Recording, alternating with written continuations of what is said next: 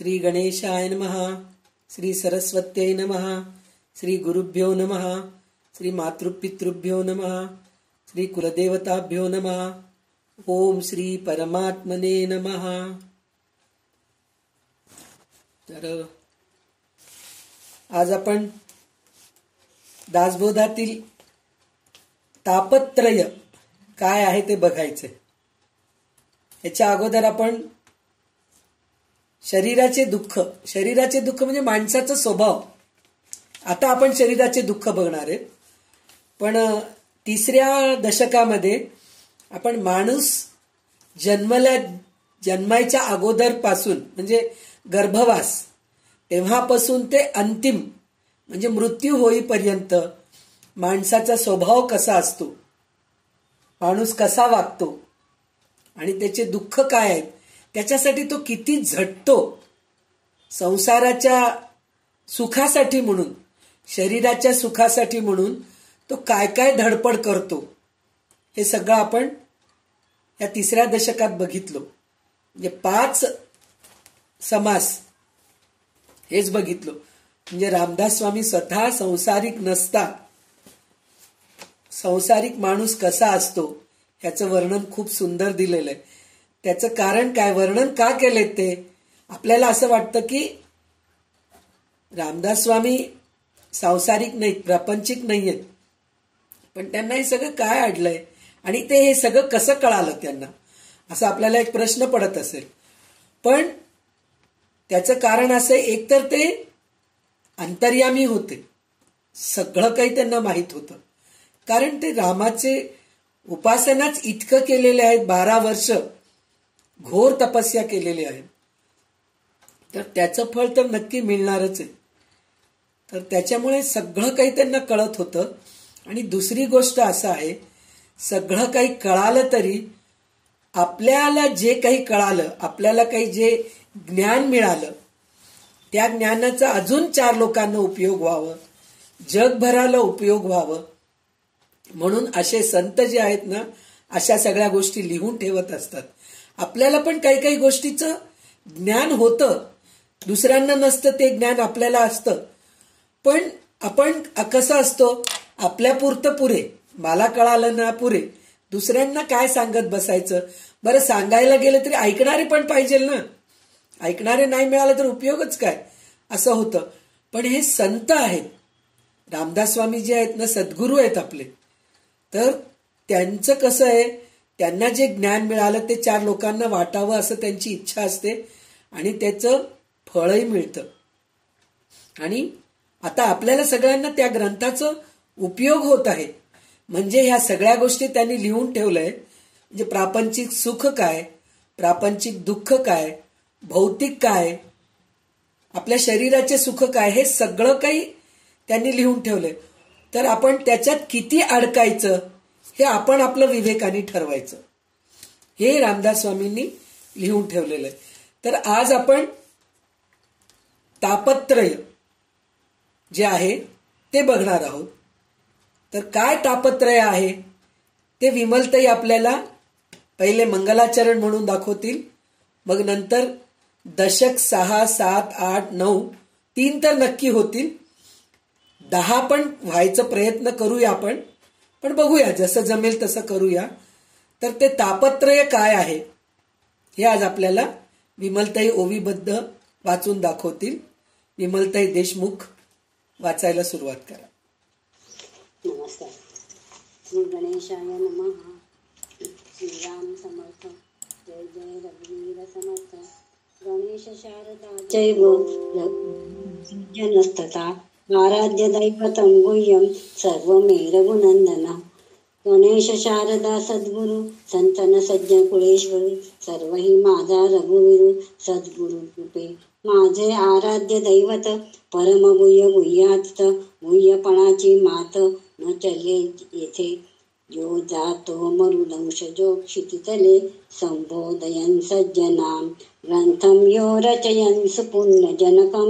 श्रीदासबोधादिदं यक्कीर्त्या पठनेन्द्र सर्वविदुषां, स्वान्तापहारी सदा सोऽयं मुक्तिकरक्षितो विजयते. श्रीरामदासो गुरु मला वाटते अंतरी त्वा वसावे, तुझ्या दासबोधासी त्वा बोध व्हावे. अपत्या परी पावसी प्रेम गासा, महाराज या सद्गुरु रामदासा. ब्रह्मानंदम परमसुखदम केवलम ज्ञानमूर्तिं, गंधात्मीतं गगनसदृशं तत्त्वमस्यादिलक्ष्यम्. एकं नित्यं विमलचलं सर्वदी साक्षीभूतं, भावातीतं त्रिगुणरहितं सद्गुरुं तं नमामि.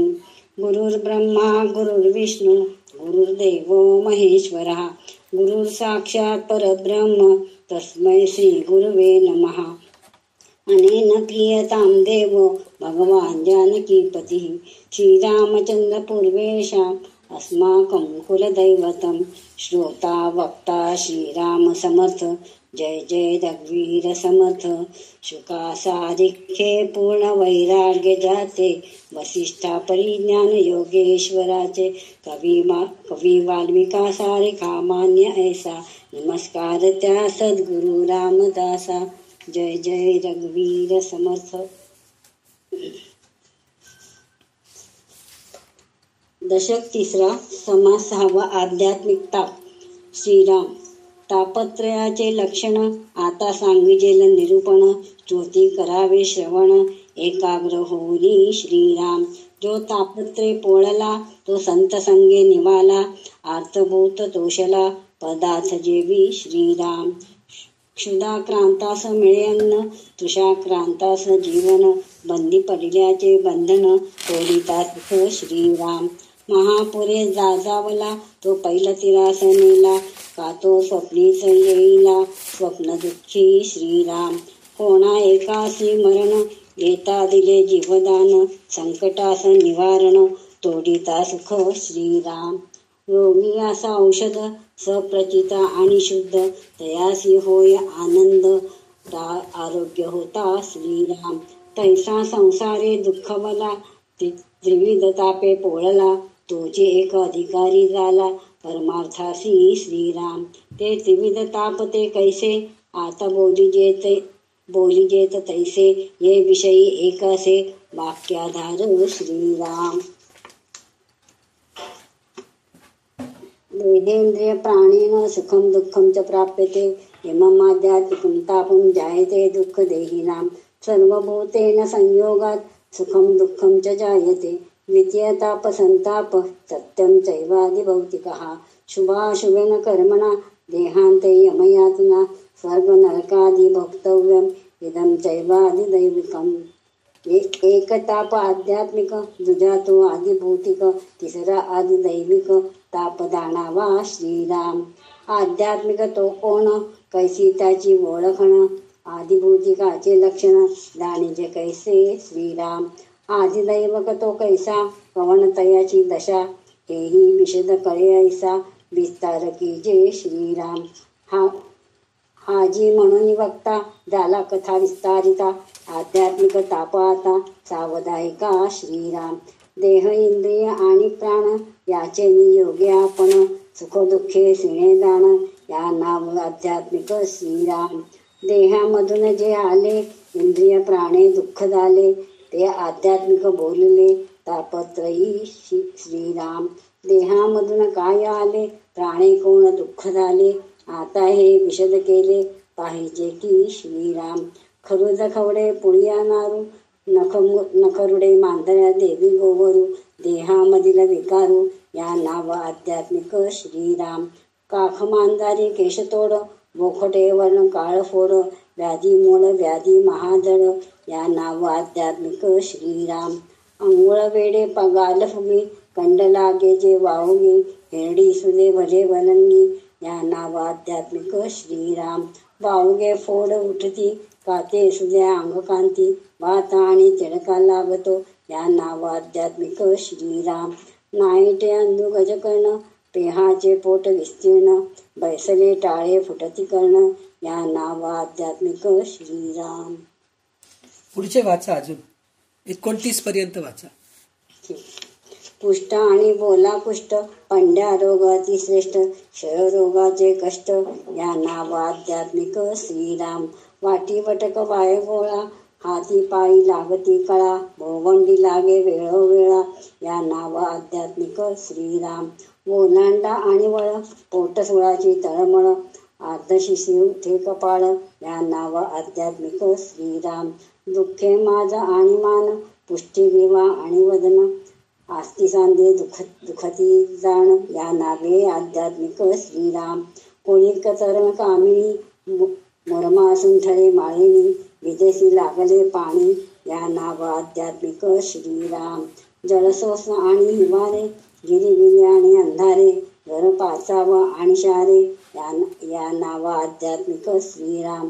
शैत्य उष्ण आणि तुषा क्षुधा निद्रा आणि दिशा विषय तृष्णेची दुर्दशा या नाव आध्यात्मिक श्रीराम. आळसी मूर्ख आणि अपेशी भय उद्भवे मानसी विसराळ दृष्टीचा आहिर्निशी या नाव आध्यात्मिक श्रीराम.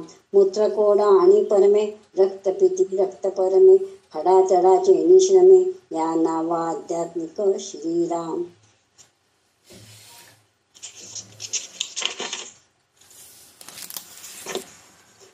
मुरडा गवण उन्हाळे दिशा कोंडता आंधळे एक ओथा सोनं कळे या नाव आध्यात्मिक श्रीराम. थांबा आता. तर आपण तापत्रय म्हणलो तर हे काय तापत्रय आहे. तर आपल्याला काही वेळेस संकल्प करून आपण देवपूजा करतो, काही व्रते उद्यापन करतो. तर त्याच्यामध्ये तापत्रय विनाशाय, तापत्रय हरिणी, तापत्रय हरण किंवा तापत्रय नाशाय. काल संध्याताई आपल्याला ललिता सहस्रनामाचं एक नाव सुद्धा सांगितले होते. ते नाव होतं की तापत्रयाग्नी संतप्त, असं जे होतं नाव. म्हणजे हे तापत्रय काय आहे. आणि सगळ्यात महत्वाचं म्हणून म्हणलं तर भागवत जे आपले ह्याचं भागवत आहे ना, महापुराण, त्याचा सगळ्यात पहिला श्लोक हेच आहे. सच्चिदानंद रूपाय विश्वोत्पत्ताय हेतवे तापत्रय विनाशाय श्रीकृष्णाय द्वयम नुमहा म्हणून असं श्लोक आहे. काय आहे बाबा हे तापत्रय म्हणायचं. तर हे तापत्रय म्हणलं तर आधी दैविक, आधी भौतिक आणि आध्यात्मिक असे 3 ताप आहेत. तर हे 3 ताप कोणचे. तर ह्याच्यामध्ये काय ताप आहे. एक ताप आहे देह इंद्रियांकडून होणारा ताप. म्हणजे कोणचा ताप आहे. सगळ्यात पहिले कोणचा ताप येतो आपल्याला. आध्यात्मिक ताप. आध्यात्मिक ताप म्हणजे काय आहे की शरीरातून होणारं ताप. म्हणजे शरीराच्या बाहेरून होत नाही, शरीरातूनच. म्हणजे नाक दुखणं, पोट दुखणं, डोकं दुखणं किंवा आपले आजकाल हे जे सगळे प्रकार निघालेत ना, व्हायरस, सर्दी, खोकला, पडसं म्हणतात आपण, किंवा आता करोना म्हणा, निमोनिया म्हणा, असे कितीतरी.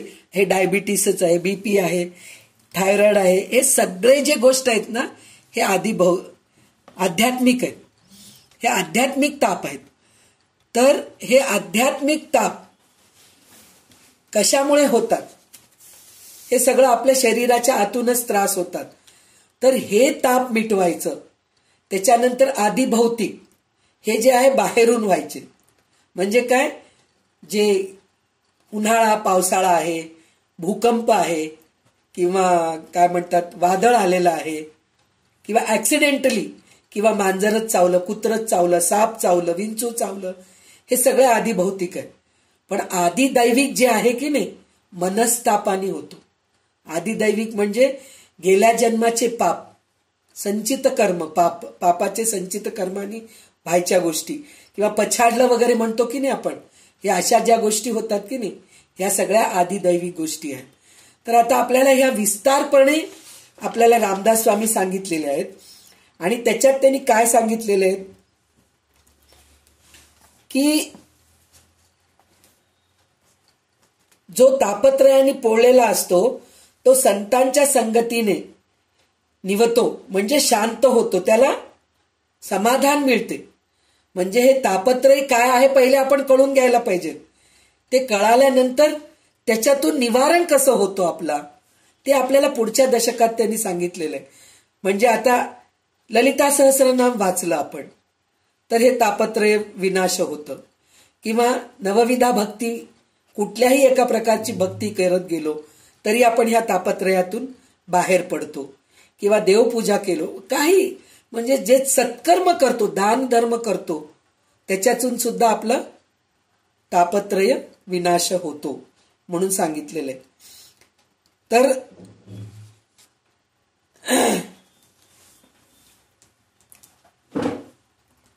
आता ह्याच्यात आपल्याला काय दुःख आहे हे कळून घ्यायचं आपल्याला. आध्यात्मिक ताप काय आहे, आणि ह्याच्यात आपल्याला 3 श्लोक पण दिलेले आहेत.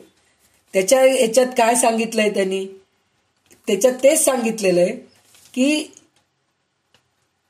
सर्व देह, इंद्रिय आणि प्राण यांच्यामुळे जे सुखदुःख होते म्हणजे भोगावे लागते ते आध्यात्मिक ताप असे म्हणतात. माणसांना त्यापासून दुःख होतो. आणि सर्व भूतांच्या संयोगाने जे सुखदुःख होतो तो दुसरा ताप असून क्लेशदायक आहे. तो खरोखर आदिभौतिक भूतांच्या म्हणजे पंचमहाभूतांकडून जे त्रास होतो त्याला आदिभौतिक म्हणतात. आणि माणसांच्या चांगल्या वाईट कर्माप्रमाणे मेल्यावर यमयातना, स्वर्ग, नर्क वगैरे जे भोग भोगावे लागतात त्याला आधिदैविक ताप असे म्हणतात. हे असे 3 श्लोक त्यांनी दिलेला आहे. त्या 3 श्लोकांचा अर्थ हे आहे. तर त्याच्यामध्ये आपल्याला आता सुरुवातीचं आध्यात्मिक ताप काय आहे हे आता आपण बघणार आहोत. तर किती आहेत पहा आध्यात्मिक ताप. म्हणजे काय, आपल्याला माहीत नसलेले असे रोग आहेत. आपल्याला माहीत असले, आता नवीन नवीन रोग तर सगळ्यांनाच माहीत झाले. करोना आहे, व्हायरस किंवा फ्लू आलंय, किंवा निमोनिया झालेला आहे, ह्या अशा सगळ्या गोष्टी आपल्याला माहित आहेत. पण आपल्या लहानपणी किंवा आपल्या पूर्वजांना झालेले काही रोग असे आहेत त्याची नावं पण आपल्याला माहित नाहीत, कारण त्याचे सगळे वॅक्सिनेशन निघालेले आहेत. त्या वॅक्सिनेशननी आपण वाचत आहोत आपण, कारण लहानपणीच ते सगळे वॅक्सिनेशन दिलेले आहेत आपल्याला. त्याच्यामुळे आपल्याला ते सगळे ताप होत नाहीयेत, आध्यात्मिक ताप होत नाहीयेत. तर तरी पण आपल्याला त्या काळातले जे काही ताप आहेत म्हणजे जे शारीरिक दुःख आहेत ते आता आपल्याला कळतील. तर त्याच्यामध्ये त्यांनी काय काय सांगितलंय. नखुरडे, बऱ्याच लोकांना माहित नसेल नखुरडं म्हणजे काय आहे. तर नखाच्या मध्ये पू साचतं आणि बोट सुजून जातं, इतकं ठणका मारतं की विचारू नका, ते सहन करू शकत नाही ते आहे. आणि खरूज, आता तर खरूज कोणाला माहित नाही. आमच्या लहानपणी होते खरूज, अशा हातांच्या बोटांच्या मध्ये, पायांच्या बोटांच्या मध्ये असे खरूज व्हायचं, पिवळे पिवळे फोडं व्हायचे खरूज म्हणून. त्याच्यानंतर कानदुखी आणि नाकातून सारखं हे होणं. खाक मांजरी म्हणून एक आजारपण आहे. खाक मांजरी म्हणजे आपल्या खाकेमध्ये फोडं होतात, 7 फोडं होतात, एकानंतर एक एकानंतर एक एकानंतर एक. ते पण खूप भयंकर त्रास देतं. त्याला म्हणे मांजर चाटावं म्हणे, चाटलं की कमी होऊन जातं म्हणे. त्याला खाक मांजरी म्हणतात. म्हणजे असे रोग आपल्याला माहीतच नाहीत. म्हणजे आपल्याला देवाच्या कृपेने अजूनपर्यंत मला तर झालेच नाही, कारण हे ऐकलेलं आहे मी, कारण माझ्या मिस्टरांना खाक मांजरी झाली होती त्याच्यामुळे मला हे माहित आहे. त्याच्याने नखुरडे जे आहे ते पण एकदा झालं होतं. खरूज लहानपणी झालेले. म्हणजे हे सगळ्या गोष्टी आता नाहीये पा पोरांना. घामोळ्या होणं, आता घामोळ्या होतच नाही. कारण त्याचं कारण काय, एसी मध्ये असतोत आपण, सतत पंख्याच्या खाली असतोत, तर किंवा कूलरच्या बरोबर असतोत, तर घामोळ्या कुठून होणार. घाम गलंड म्हणून असे फोड व्हायचे मोठे मोठे असे, आंबे वगैरे खाल्ल्यानंतर. मग त्या काळात काय करत होते, कैरी असतं की नाही, कैरी उकळून आपण पन्ह करतो, तर त्या कैरीचं साल किंवा त्या कैरीचं कोय अंगाला चोळलं की ते घामोळ्या कमी व्हायचे. म्हणजे अशा गोष्टी सगळं. आणि उन्हामध्ये तापवलेलं पाणी, म्हणजे बंबामध्ये किंवा चुलीवर गरम केलेल्या पाणीनी आंघोळ करायचे नाही. लहान पोरांना मुख्य बकेट भरून उन्हामध्ये ठेवायचे आणि त्याच्यातलं पाणी, ते तापलेलं पाणी, त्या पाण्याने आंघोळ घालायचे. त्याच्यानी घामोळ्या किंवा घामगलंड व्हायचं नाही. अशा गोष्टी सगळ्या आहेत. म्हणजे रामदास स्वामी किती नावं दिलेली आहेत त्याच्यामध्ये. त्यांनी पोटदुःख, क्षयरोग, पंड्यरोग, पंड्यरोग म्हणजे पांडुराजाला झालेलं नाव होतं. आणि पांढरं शरीर पांढरं पडतं, डाग असतात, पांढरे पांढरे डाग असतात, पंडुरोग असे आहेत. अर्धशिशी म्हणजे अर्ध डोकं दुखणं. ते काय सकाळी उठून काहीतरी दही भात खावा असं काहीतरी राहत होतं. अशा गोष्टी सगळे म्हणजे शिळ भात काहीतरी असे काहीतरी प्रकार राहत होते, ते होतंय. त्याच्यानंतर त्यांनी काय सांगितलेलं, अर्धशिशी झालं. त्याच्यानंतर चक्कर येणं वारंवार, घेऱ्या येणं, कपाळ दुखी, कंबर दुखी, मान दुखी. त्यावेळेस फक्त कंबर दुखीच होतं बरं का. आता गुडघे दुखी पण सुरू झालंय. उठता बसता येत नाही, कारण 24 तास आपण उभेच राहतो, बसायला येत नाही. सगळं काही शरीराचं भार गुडघ्यावर पडतं, त्यामुळे ते गुडघे दुखी पण होतात. सांधे दुखणे, अजीर्ण होऊन उलटी होणं, डिहायड्रेशन म्हणतो आपण असं. परदेशी गेल्यानंतर आपण दुसरं काहीतरी पाणी पिलो त्याच्याने व्हायचे आपल्याला काय म्हणतात जे आजारपण आहे ते. कोरड पडणं, हिमताप म्हणजे मलेरिया, जे थंडी ताप म्हणतो, हिमताप म्हणजे थंडी ताप. आणि डोळ्यापुढे अंधारी येणं, दुखणे उलटणे, अंगावर उगईत शहारे येणे, थंडी, उकाडा, तहान, भूक, झोप हरवणं, म्हणजे जुलाब होणं. आणि संभोगाने होणारी वाईट अवस्था, आळशी, मूर्ख, अपेक्षी, मनात भय उत्पन्न होणं, विसराळूपण, अल्झायमर म्हणून म्हणतोय ना आजकाल आपण, विसराळूपणा, सर्व काळ उद्विग्न असणे, लघवी आडणे, रक्तपित्त, रक्तीपरमा, मुतखड्याचा यातना म्हणजे किडनी स्टोन्स, गाल ब्लॅडर स्टोन्स असे सगळे. आणि मुरडा,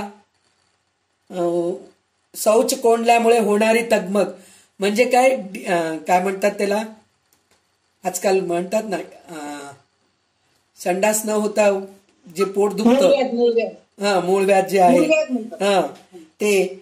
म्हणजे बघा किती रोगांची, कॉन्स्टिपेशन, करेक्ट, कॉन्स्टिपेशन हे असे. म्हणजे तेव्हा हे सगळ्या गोष्टी त्यांनी किती लक्ष देऊन बघितले असतील. खरं तर त्यांना हे सगळं आजारपण झालंच नसेल, पण त्यांनी किती लक्ष देऊन बघितलंय माणसांमध्ये की काय काय ताप आहेत हे. म्हणून सगळ्या आजारपणाचं ते नाव लिहिलेलं आहे. म्हणजे ह्या तापातून मला मुक्त होण्यासाठी काय करायला पाहिजे हे आपल्याला पुढे सांगतील. तर हे आपल्याला काय कळालं आपल्याला आतापर्यंत, हे आधिभौतिक आध्यात्मिक ताप कळालंय आपल्याला. तर आता आपण याच्या पुढे पुढील 55 पर्यंत श्लोक घेऊया. तर विमलताई घ्या. गाठी टळली झाले दंत, पडे आव आणि रक्त, अन्न तैसेची परत, या नाव आध्यात्मिक श्रीराम. फुटफुगी आणि तडस, भरला हिव लागला घास, फोडी लागता कासावीस, या नाव आध्यात्मिक श्रीराम. उतकी लागली उशीत गेला, पित्त उतरले उलाट झाला, खरे परसा आणि खोकला, या नाव आध्यात्मिक श्रीराम. उसळला दमा आणि धाप, पडजीव ढासी आणि कफ, मोवा ज्वार आणि संताप, या नाव आध्यात्मिक श्रीराम. कोणी सिंदूर घातला, तेणे प्राणी निर्बुदला, कशामध्ये फोड झाला, या नाव आध्यात्मिक श्रीराम. गळसोट्या आणि जीवधडे, सदामुखी दुर्गंधी पडे, दंतहीन लागती किडे, या नाव आध्यात्मिक श्रीराम. जरंडी घोलाणा गंडमाळा, अवचिता स्वये फुटे डोळा, आपणची कापे अंगोळा, या नाव आध्यात्मिक श्रीराम. कळा तिळका लागती, काते दंत उन्मळती, अधर जिव्हा रगडती, या नाव आध्यात्मिक श्रीराम. कर्णदुःख, नेत्रदुःख, नाना दुःखे, धडे शोक, घरबांध आणि नपुष्यक, या नाव आध्यात्मिक श्रीराम. फुले वडसा आणि पडळे, कीडगर्ता रातांदळे, दुश्चित भ्रमिष्ट आणि खोळे, या नाव आध्यात्मिक श्रीराम. मुखे बधीर राखोंडे, थोटे तळले आणि वेडे, पांगुळ पुरे आणि पावडे, या नाव आध्यात्मिक श्रीराम. तारसे गुले काणे कैरे, गारोळे जामुन टाफरे, षडांगुळे गेंगाणे भितरे, या नाव आध्यात्मिक श्रीराम. दातिरे बोचिरे घाणाळ, घ्राणहीन श्रोत्रहीन बरळ, अतिकृश अतिस्थूळ, या नाव आध्यात्मिक श्रीराम. तोतरे बोबडे निर्बळ, रोगी कुरूप कुटिळ, मत्सरी खादाड तपिळ, या नाव आध्यात्मिक श्रीराम. संतापी अनुतापी मत्सरी, कामी कहेवा तिरस्कारी, पापी अवगुणी विकारी, या नाव आध्यात्मिक श्रीराम. उठवणे ताठा करक, आवटळे आणि लचक, सुजी आणि चालक, या नाव आध्यात्मिक श्रीराम. मूल आडवे गर्भपात, स्तन गुंते सनपात, संसार कोडे अपमृत्यू, या नाव आध्यात्मिक श्रीराम. नखविका आणि हिंगुडे, बाष्ट आणि वावडे, उगीच दात खिळ पडे, या नाव आध्यात्मिक श्रीराम. दडती पाती सुदती भुवया, नेत्री होती राधणवाडिया, चाळीशी लागे प्राणिया, या नाव आध्यात्मिक श्रीराम. वांग तिळ सुरमे लासे, चामखिळ गलंडे मसे, चुकुर होईचे मानसे, या नाव आध्यात्मिक श्रीराम. नाना फुग आणि आवळे, अंगी दुर्गंधी प्रबळे, काही चाटी लाळ गळे, या नाव आध्यात्मिक श्रीराम. नाना चिंतेची काजळी, नाना दुःखे चित्तपोळी, व्याधी वाचून तळमळी, या नाव आध्यात्मिक श्रीराम. वृद्धपणीच्या आपदा, नाना रोग होती सदा, देह क्षीण सर्वदा, या नाव आध्यात्मिक श्रीराम. नाना व्याधी नाना दुःखे, नाना भोग नाना खांडके, प्राणी तळमळी शोके, या नाव आध्यात्मिक श्रीराम. ऐसा आध्यात्मिक ताप, पूर्व पापाचा संताप, सांगता सरेना अमुप, दुःख सागर श्रीराम. शेवटचा एक श्लोक आहे ना, ओवी आहे ना? हा पंचावन्नच येते. नाही, अजून एक आहे. हा सॉरी. बहुत काय बोलावे, श्रोती संकेते जाणावे, पुढे बोलीजे स्वभावे, आदिभूतिक श्रीराम. इति श्री दासबोधे गुरु शिष्य संवादे, आध्यात्मिक ताप निरूपण नाम समास 6 संपन्न. श्रीराम. तर आतापर्यंत आपण काही दुखण्यांची नावं ऐकलो. आता अजून दुखण्यांची नावं आपल्याला कळतील. म्हणजे काय काय दुखणे असतात आपल्या शरीरामध्ये. गाठ सरकणे म्हणजे पोटामधलं जे गाठ सरकलं की जुलाब होतात पहा, ते आहे. जंत होणं पोटामध्ये, आवरक्त पडणं, अन्नपचन न होता जसेच्या तसे पडणे, पोट फुगणे, तडस लागणे, ठसका लागणे सुद्धा एक प्रकारचं हेच आहे, त्रासच आहे.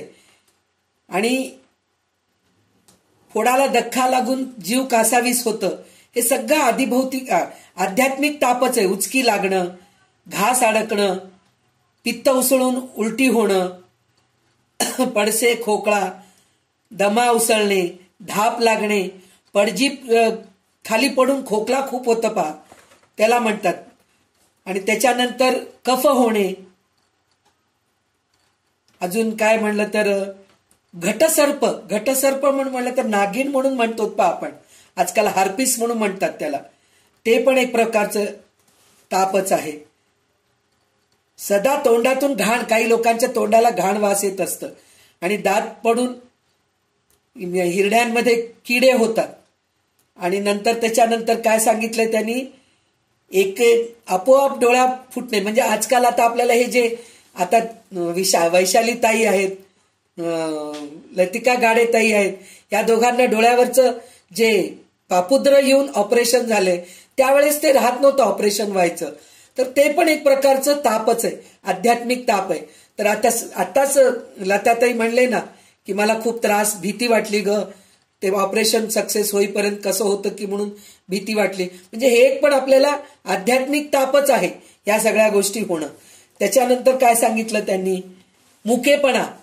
बधीरपणा, पोट तुटलेले, म्हणजे म्हणतात ना ते काहीतरी ग्रहणामध्ये काहीतरी चिरलं बिरलं तर पोट, लेकरू जन्मताच ओठ फाटलेलं असतं, कुठेतरी कानच फाटलेलं असतं, 6 बोटांनी जन्मतं बाळ. हे पण एक आध्यात्मिक ताप आहे. रातांधळे म्हणजे दिवसा दिसतंय पण रात्रीच्या वेळेस त्यांना दिसत नाही, असं असतं. काही पोरं बिचारे जन्मजातच वेडे जन्मतात, म्हणजे काय म्हणतात त्याला, बाय बर्थ वेडे असतात ते, आणि मेंटली रिटायर्ड म्हणून जे म्हणतात ना तसं. काही लोकांचं मान असंच राहतं, वाकडी मान, त्यांना काही करताच येत नाही. काही मुलं तिरळं असतात, म्हणजे हे सुद्धा आध्यात्मिक तापच आहे. काही आंधळेच जन्मतात बिचारे, काही बहिरे जन्मतात, काही लोकांना बोलता येत नाही, मुके जन्मतात, काही लोक लुळे पांगळे जन्मतात. ते काय म्हणतात पोलिओ, पहिल्या काळात पोलिओचं वॅक्सिनेशन नव्हतं, तर त्याच्यामुळे हातपाय लुळे पडत होते. तर पोलिओ होणं, त्याच्यानंतर गर्भपात होणं, हे सुद्धा आध्यात्मिक तापच आहे. त्याच्यानंतर बाळ, आता आपल्याला बाळ पायाळू असलं तर सिझेरियन करून बाळाला सुखरूप बाहेर काढतात, पण त्या काळामध्ये सिझेरियन राहत नव्हतं. पायाळू बाळ असलं तर एका आई तरी जायची, एका मूल तरी जायचं, असं व्हायचं. तर पायाळू. त्याच्यानंतर त्यांनी अजून किती निरीक्षण करून त्यांनी सांगितलेलं एक गोष्ट म्हणजे, आईचं दूध जर बाळ पिलं नाही तर दूध जे आहे ना ते गाठी व्हायचे, गाठी होऊन भयंकर त्रास व्हायचं त्या गाठीनी, म्हणजे ते दूध बाहेर पडेपर्यंत त्या बाईला त्रास व्हायचं. म्हणजे ते सुद्धा आध्यात्मिक ताप आहे. म्हणजे बघा रामदास स्वामींनी किती लक्ष देऊन, किती म्हणजे हे लक्ष देणं म्हणजे काय बाबा माणूस या सगळ्या गोष्टीकडे लक्ष देतो असं नाही, म्हणजे ह्या सगळ्या गोष्टी आपल्याला किती प्रकारचे ताप आहेत. इतकं ताप राहून सुद्धा आपल्याला कसं ह्या शरीरावरती प्रेम आहे, ह्या शरीराला काही होऊ नये असं आपण ह्या शरीराकडून आपण थोडं लांब जायला पाहिजे. हे शरीर माझं आहे, हे ताप आहेत आपल्याला, हे त्रास आहे, पण ह्या त्रासातच आपण अडकून न राहता देवाचं नामस्मरण करत, देवाचं अनुसंधान करत, किंवा चांगले हरिकीर्तन, प्रवचन, अशा सगळ्या गोष्टी करायच्या भानगडीत आपण जात नाहीत. सतत आपल्या शरीराकडेच लक्ष असतं आपलं. तर ह्या सगळ्या तापाचं वर्णन करायचं कारण हेच आहे की इतकं सगळं ताप असल्यानंतर पुनर्जन्म पाहिजे म्हणून आपण धडपड करत नाहीत, पण पुनर्जन्म यासारखे कर्म करतो आपण, म्हणजे वाईट कर्म न कळत करतो काही वेळेस, पण काही वेळेस कळूनही करतो की आपण ही गोष्ट चुकीचं करतोय, पण त्या गोष्टीकडे आपण दुर्लक्ष करतो.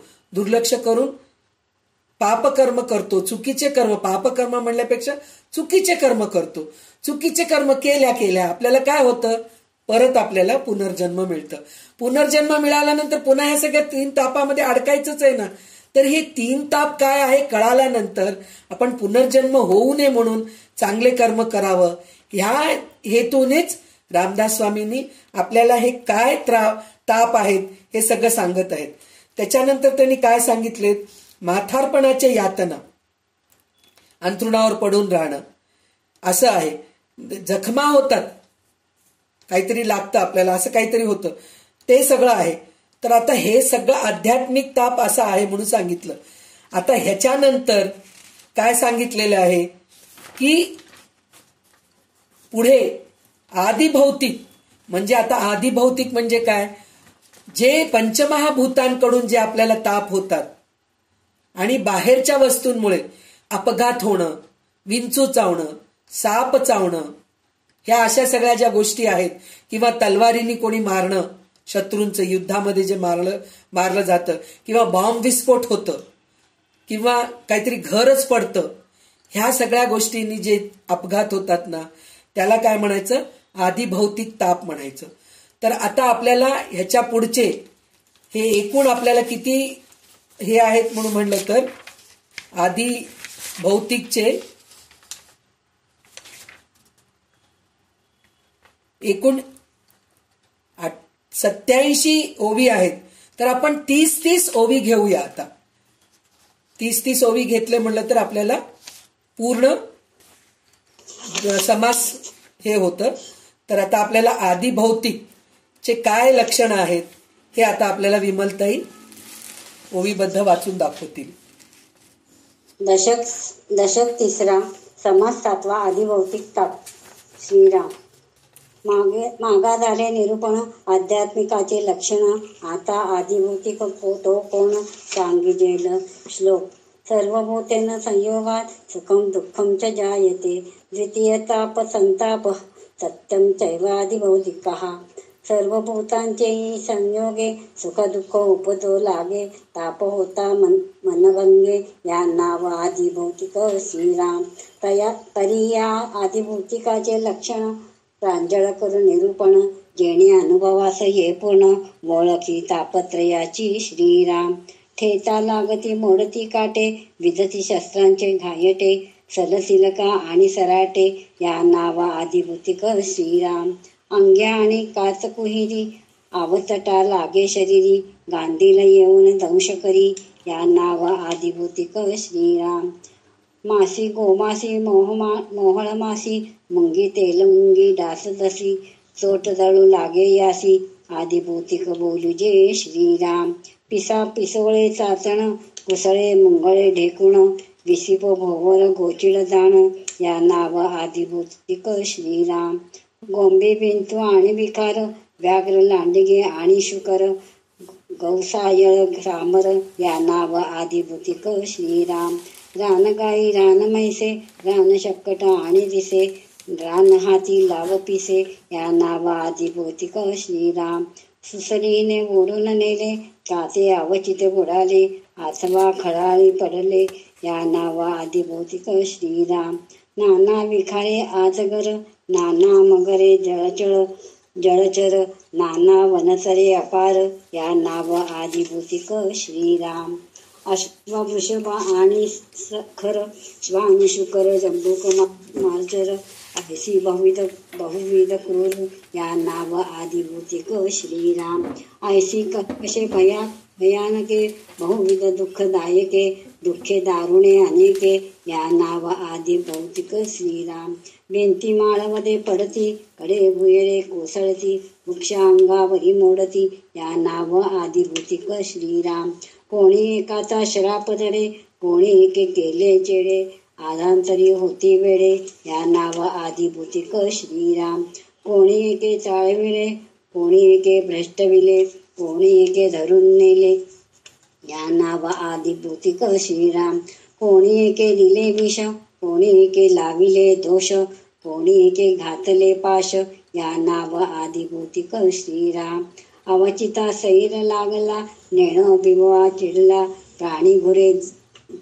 प्राणी दुरे दादावला या नाव आदिभौतिक. श्रीराम. इंगळावरी पाय पडे शिळे खाले हात सापडे. धावता अडफळे पडे या नाव आदिभौतिक. श्रीराम. वापी कूप सरोवर गर्ता कडा नदी तीर. आवचिते पडे शरीर या नाव आदिभौतिक. श्रीराम. सुते बोट तरकती हात पावा टाका फुटती. चिखल्या जिव्हाळ्या लागती या नाव आदिभौतिक. श्रीराम. अशन पानाची वेळे उष्ण रसे जिव्हा पोळे. दात कसकरे आणि हरळे या नाव आदिभौतिक. श्रीराम.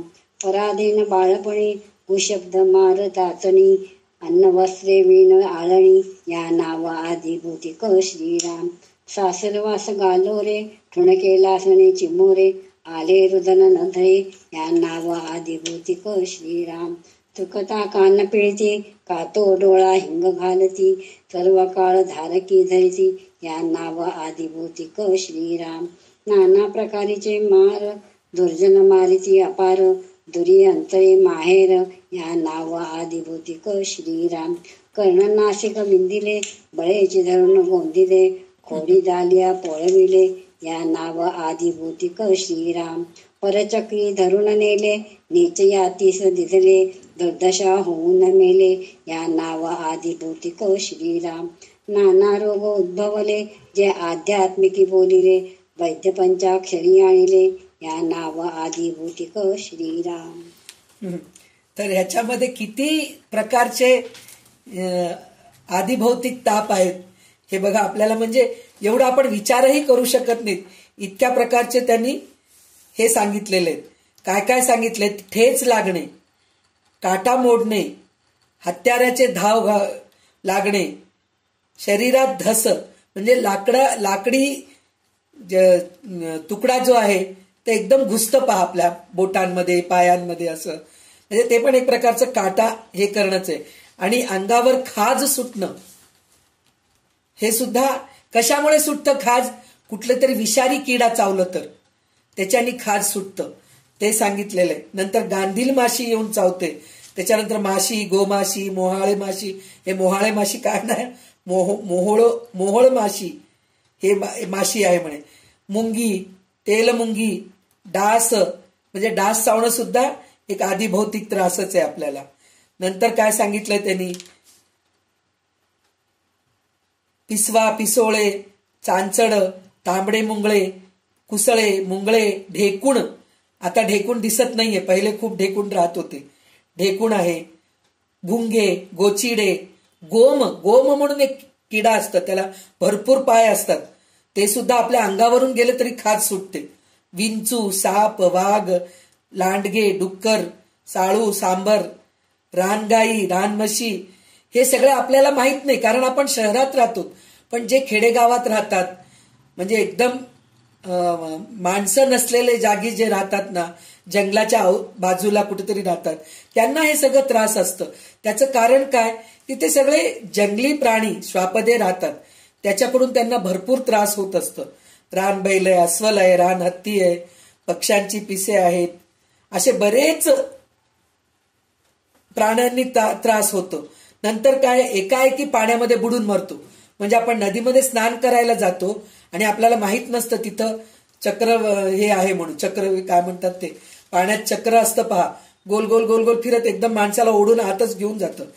त्याच्यामध्ये भोवरा ते सुद्धा असतं, त्याच्याने सुद्धा माणसाचं हे होतं. आणि पाण्यामध्ये असताना सुद्धा मगरी असतात, तिथं खरं तर मोठे मोठे बोर्ड लिहिलेले असतात नदी काठी असं ते सरोवरापाशी, पण काही लोक हिंमत करून त्या नदीमध्ये जातात आणि मगर येऊन त्यांचं पाय ओढून त्यांना आत घेऊन जातं. अशा गोष्टीचे पण त्रास होतं. अजगर, इतर जलचर प्राणी, असे कितीतरी प्राण्यांपासून आपल्याला त्रास होतं. घोडा, बैल, गाढव हे सगळे लात मारतात पहा. मला झालेलं आहे बरं का, एकदा लग्नामध्ये नवऱ्या मुलाची, माझ्या बहिणीच्या म्हणजे मावस बहिणीच्या मुलाचं लग्न होतं. तो घोडीवर होता आणि मला काहीतरी कारणाने बोलावला, मला मावशी इकडे ये म्हणून.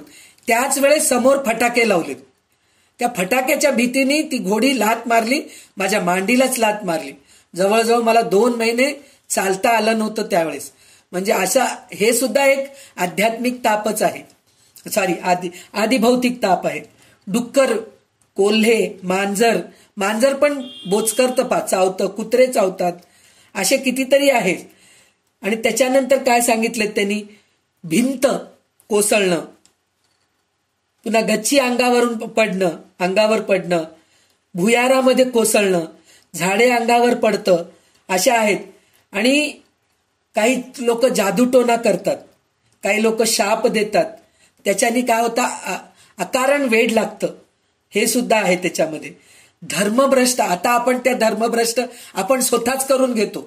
धर्मभ्रष्ट पहिल्या काळामध्ये आपण असे कितीतरी, रामदास स्वामींच्याच काळात अशा गोष्टी आहेत की विहिरीमध्ये पाव टाकायचे, ब्रेड म्हणतो ना आपण, पाव टाकायचे आणि ते जर पाणी जर ब्राह्मण कोणी पिलं तर ते म्हणायचं झालं तुमचं धर्म भ्रष्ट झालेलं आहे, तुम्ही आता आमच्या धर्मामध्ये येऊन जा. असे कितीतरी मुस्लिम लोक, हिंदूचे लोक मुस्लिम होऊन गेलेत, ख्रिश्चन होऊन गेलेत, अशा गोष्टी झालेल्या आहेत.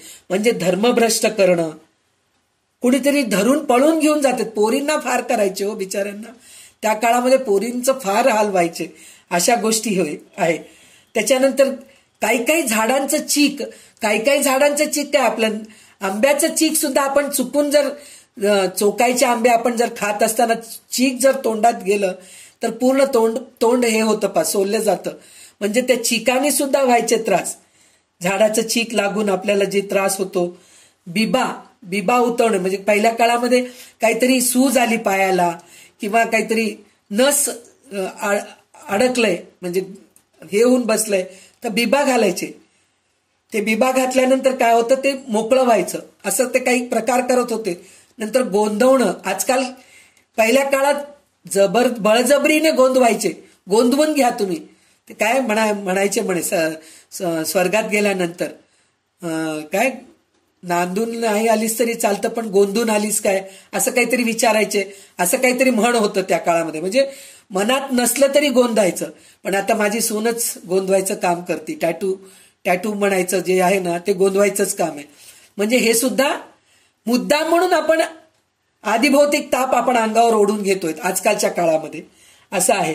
त्याच्यानंतर खाताना पिताना गरम गरम दूध, कॉफी, चहा पिताना जीभ पोळती, ते सुद्धा आदिभौतिक ताप आहे म्हणून सांगितलेलं आहे. त्याच्यानंतर थंडीने ओठ फुटतात पहा, आणि ताप आलं की नाकाच्या बाजूला सगळे फोडं येतात. म्हणजे इतकं वर्णन केलंय याच्यामध्ये. म्हणजे आधी आता कालच आशाताई विचारले होते ना, काय हो हे ताप म्हणजे काय, त्रिताप म्हणजे काय. बघा आशाताई ऐका, त्रिताप म्हणजे काय आहे, किती प्रकारचे त्रिताप आहेत आपले, म्हणजे एक एक तापामध्ये किती प्रकार आहेत, हे सगळं आपल्याला ऐकायला मिळतंय. त्याच्यानंतर काय आहे, हे सगळं झाल्यानंतर सगळं रोग होऊन पैसे नसतात आपल्याजवळ, म्हणजे इतकी गरिबी परिस्थिती होती, ते पण एक आदिभौतिक तापच आहे. त्याच्यानंतर काय टाकायचं, म्हणजे आपल्याला आपल्या नीच जातीला विकून टाकतात, मुलांना किंवा पोरींना. आजकाल होऊ लागले की हो, ते अरब कंट्रीच्या लोकांना मुलींना विकून टाकतात, पळवून नेऊन. हे सुद्धा एक आदिभौतिक तापच आहे. त्याच्यानंतर रोग बरा व्हावा म्हणून कडू कडू औषध घ्यावं लागतं आपल्याला, ते सुद्धा आदिभौतिक तापच आहे. त्याच्यानंतर जे वनस्पतीचे, म्हणजे आता हे आयुर्वेदिक औषधं जे आहेत कडू कडू असतात, ते चाटावं लागतं, ते सुद्धा हेच आहे, आदिभौतिक तापच आहे. शरीराची चिरफाड करणं म्हणजे ऑपरेशन करणं, हे सुद्धा एक प्रकारचं आदिभौतिक तापच आहे. त्याच्यानंतर शरीराला दाबून भोग पाडणे, म्हणजे आता आपण कान टोचवणे, नाक टोचवणे म्हणतो ना, हे सुद्धा एक आदिभौतिक तापच आहे. त्याच्यानंतर त्यांनी अशा बऱ्याचशा गोष्टी सांगितलेल्या आहेत. आता ह्याच्या पुढचे 30 ओवी आपल्याला विमलताई वाचून दाखवतील. नाना वेथेचे निरसन व्हाव या औषध दारुण, बळात करे देती दाण, या नाव आदिभौतिक श्रीराम. नाना वल्लीचे रस काढे कगोड कर्कश, घेता होय कासाविस, या नाव आदिभौतिक श्रीराम. डाळ आणि उखाळ देती, पथ्य कठीण सांगती, अनुपान चुकता विपत्ती, या नाव आदिभौतिक श्रीराम. फाड रक्त फासणे, गुल्ल दागांची दातणी, तेणे दुःख वे प्राणी, या नाव आदिभौतिक श्रीराम. रुचिक बिबवे घालती, नाना दुःखे दडपे देती, शिरा तोडती जळा लाविती, या नाव आदिभौतिक श्रीराम. बहुरोग बहु औषधे, सांगता पारे अगाधे, प्राणी दुखवे तेणे खेदे, या नाव आदिभौतिक श्रीराम. बोलाविला पंचाक्षरी, धूरमार पीडा करी, नाना यातना चतुरी, आदिभौतिक दाणीचे श्रीराम. दरवडे घालून या जना, तस्कर करीती यातना, तेणे दुःख होय मना, या नाव आदिभौतिक श्रीराम. अग्नीचे निज्वाळे पोळे, तेणे दुःखे प्राणी हरंबळे, हानी दालिया विवळे, या नाव आदिभौतिक श्रीराम. नाना मंदिरे सुंदरे, नाना रत्नांची भांडारे, दिव्यांबरे मनोहरे, दग्ध होती श्रीराम. नाना धान्ये नाना पदार्थ, नाना पशु नाना स्वार्थ, नाना पात्रे नाना अर्थ, मनुष्य भस्म होती श्रीराम. लागत तेती धान्ये वणव्या आणि खडकुती, युक्षदंड जळवून जाती अकस्मात श्रीराम. ऐसा अग्नी लागला अथवा कोणी लाविला, हानी झाली का पोळला, या नाव आदिभौतिक श्रीराम. ऐसे सांगता बहुत होता वन्नीचे आघात, तेणे दुःख वे चित्त, या नाव आदिभौतिक श्रीराम. हारपे विसरे आणि सांडे, गाहाळे फुटे पडे असाध्य होय कोणीकडे या नावा आदिभूतिक श्रीराम. प्राणी रथान भ्रष्ट झाले नाना पशु ते तुकले कन्या पुत्र गाहाळले या नावा आदिभूतिक श्रीराम. तस्कर अथवा दावेदार आवाचिता करीतो संहार लुटती घरे नेती खिल्लार या नावा आदिभूतिक श्रीराम. नाना धान्य केळी कापितो पानमळा मीठ घालिती ऐसे नाना आघात करती या नावा आदिभूतिक श्रीराम. मैंद उचले खाणोरी सुवर्णपंथी बुरेर करी ठकू सिंतरू बरपे करी बरपा घालिती श्रीराम. गठी छोडे द्रव्य सोडिती नाना अलंकार काढिती नाना वस्तू मूषक नेती या नावा आदिभूतिक श्रीराम. बीज पडे हिव पडे प्राणी प्रजन्य सापडे कातो महापुरी बुडे या नावा आदिभूतिक श्रीराम. भोवरे वळणे आणि दार गोसाणे लाटा अपार वृश्चिक गोंबी आजगर वाहून जाती श्रीराम. तयामध्ये प्राणी सापडला खडकी बेटी अडकला बुडत बुडत वाचला या नावा आदिभूतिक श्रीराम. मनासारिखे नसे संसार कुरूप कर्कश स्त्री क्रूर विधवा कन्या मूर्ख पुत्र या नावा आदिभूतिक श्रीराम. भूत पिशाच लागले अंगावरून वारे गेले अभद्र मंत्रे प्राणी चळले या नावा आदिभूतिक श्रीराम. ब्राह्मण संबंध शरीरी बहुसाल पीडा करी शनेश्वराचा धोका धरी या नावा आदिभूतिक श्रीराम. नाना ग्रहे काळवार काळती घातचंद्र काळवेळ घातन नक्षत्र या नावा आदिभूतिक श्रीराम. सिंक पिंगळा आणि पाली पोखटे होला काक कलाली चिंता कादळी लागली या नावा आदिभूतिक श्रीराम. देवता सर्वदा भाकून गेला अंतरी धोका लागला दुःस्वप्ने दादावला या नावा आदिभूतिक श्रीराम. बालू बुंके स्वान रडे पाली अंगावरी पडे नाना चिन्हे चिंता पवाडे या नावा आदिभूतिक श्रीराम. तर ह्याच्यामध्ये अजून एक गोष्ट सांगायचं राहिलं म्हणजे पहिल्या ह्याच्यामध्ये की मुलींना सासूरवाडी जे त्रास व्हायचं ते सुद्धा आदिभौतिक त्रासच आहे. म्हणजे आजकालच्या मुलींना तेवढे त्रास नाहीये, मानलं तर आहे नाही मानलं तर नाहीये असं आहे.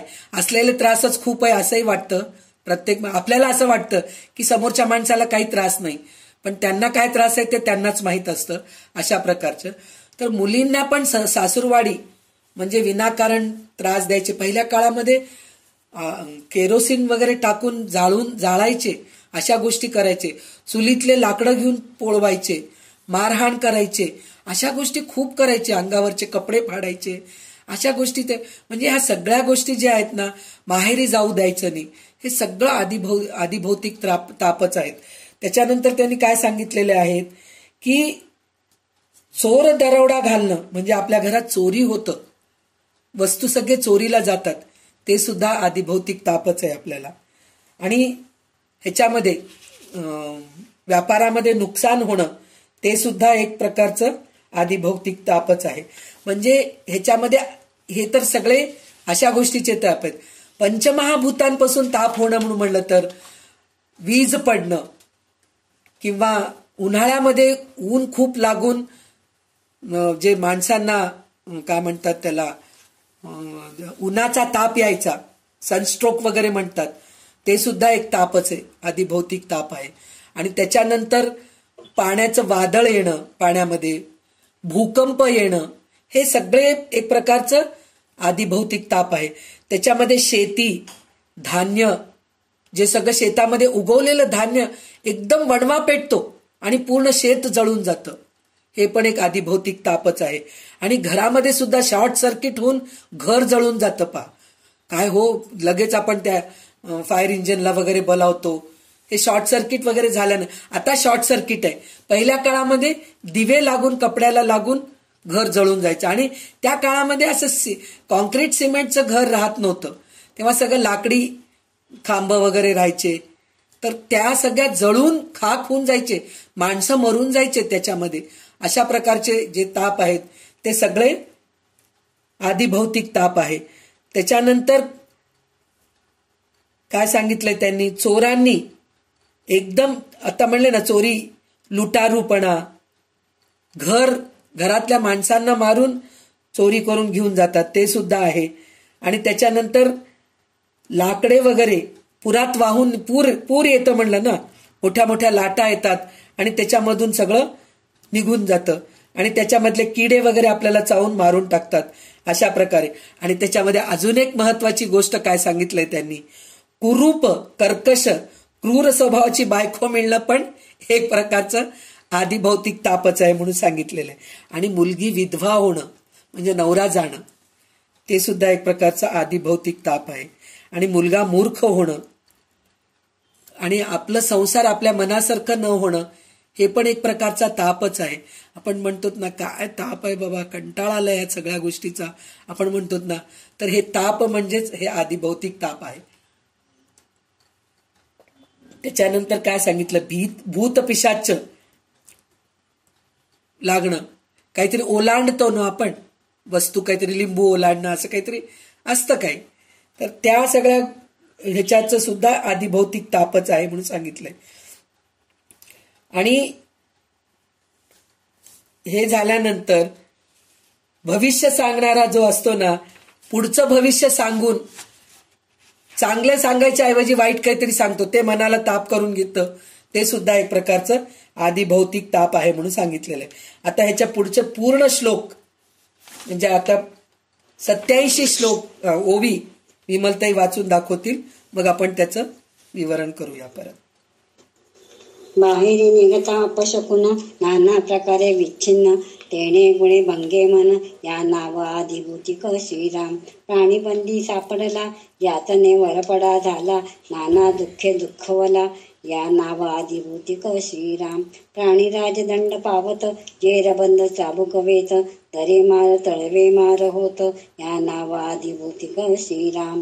कोरडे पारंब्या फुक बहु प्रकारे अनेक बहुताडिती आदिभूतिक या नाव बोलिजे श्रीराम. मोगरी मार बुधले मार तो खरून डंगारणे मार बुक्या गचांड्या गुडगे मार या नाव आदिभूतिक श्रीराम. लाता तपराखा सेण मार कानखडे दगड मार नाना प्रकारेची मार या नाव आदिभूतिक श्रीराम. टांगणे टिपरा पिछोडे बेडी बुधनाल कोलदंडे रक्षण निग्रह चौकडे या नाव आदिभूतिक श्रीराम. नाकवणी तुनवणी मिठवणी रायवणी वळवण्याची दातणी या नाव आदिभूतिक श्रीराम. जळामध्ये बुचकळीती आरती पुढे बांधून टाकती हाकिती छळीती यातायाती या नाव आदिभूतिक श्रीराम. कर्णछेद घ्राणछेद हस्तछेद पादछेद जिव्हाछेद अधरछेद या नाव आदिभूतिक श्रीराम. तीरमार सुई देती नेत्रभूषण काढती नखो नकी सुया मारती या नाव आदिभूतिक श्रीराम. पारड्यामध्ये घालणे का कडे लोट करणे का भांड्या मुखे उडवणे या नाव आदिभूतिक श्रीराम. कानी खुंट्या आदळीती अपानी मेखा मारिती खाल काढून टाकीती या नाव आदिभूतिक श्रीराम. होता आणि बोटबोटी अथवा गळा घालणे कंठी सांडस लावून आटाटी या नाव आदिभूतिक श्रीराम. थिसे पाजणे विष देणे अथवा शिरछेद करणे का पायातही घालणे या नाव आदिभूतिक श्रीराम. सरळ मांतरे भरिती अथवा फाशी नेऊन देती नाना परी पीडा करीती या नाव आदिभूतिक श्रीराम. स्वान प्रळय व्याघ्र प्रळये भूत प्रळये सुरसी प्रळये शस्त्र प्रळये विध प्रळये या नाव आदिभूतिक श्रीराम. तिरा ओढून घेती टेंबे लावून बाधिती ऐशा नाना विपत्ती या नाव आदिभूतिक श्रीराम. मनुष्यहानी वित्तहानी वैभवहानी महत्वहानी पशुहानी पदार्थहानी या नाव आदिभूतिक श्रीराम. बाळपणी मरे माता तारुण्यपणी मरे कांता वृद्धपणी मृत्यूसुता या नाव आदिभूतिक श्रीराम. दुःख दारिद्र्य आणि ऋण विदेश पळणी नागवण आपदा अनुपती कदान्न या नाव आदिभूतिक श्रीराम. आकांत वाखा प्रळये युद्ध होता पराजय जीवलगांचा होय क्षय या नाव आदिभूतिक श्रीराम. कठीण काळ आणि दुष्काळ साशंका आणि वखटी वेळ उद्वेग चिंतेचे हळाळ या नाव आदिभूतिक श्रीराम.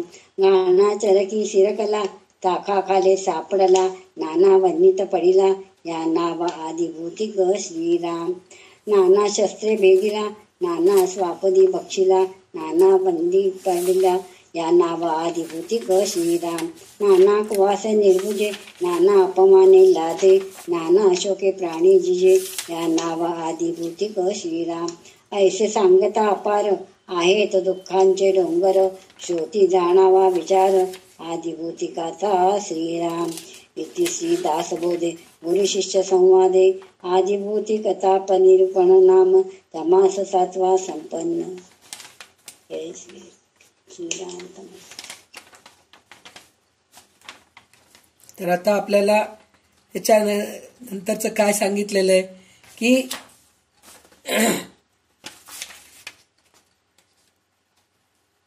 घराबाहेर जाताना आपल्याला नाना अपशकुने येतात.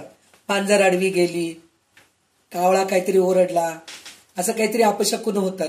किंवा जाताना कोणीतरी माणूस विचारतो, कुठे चाललात म्हणून विचारतात. त्याच्याने आपले काम होत नाहीत. ते सुद्धा आदिभौतिक ताप आहे म्हणून सांगतायत. त्याच्यानंतर काय म्हणतायत ते की कैदेत सापडणं विनाकारणच, आपण काही चूक केलेलं नसतो पण आपल्यावर खोटी आळ येते, त्याच्यामुळे सुद्धा कैदेत सापडणं. त्याच्या मग ते कैदेत सापडल्यानंतर जे हे असतं ना, काय म्हणतात त्याला, यातना देतात कैदेमध्ये सापडल्यानंतर, ते आहे. आणि त्या कैदेत सापडल्यानंतर राजाकडून काय काय शिक्षा होतं म्हणजे ते आपल्या चाबूकनी मारतात. ते चाबूक पण किती प्रकारचे आहेत ते सांगितलेले आहेत त्यांनी. चांबड्याचा चाबूक, झाडांच्या पारंब्यानी म्हणजे जे वडाच्या वृक्षाला जे असतात ना पारंब्या, त्याच्यानी मारतात.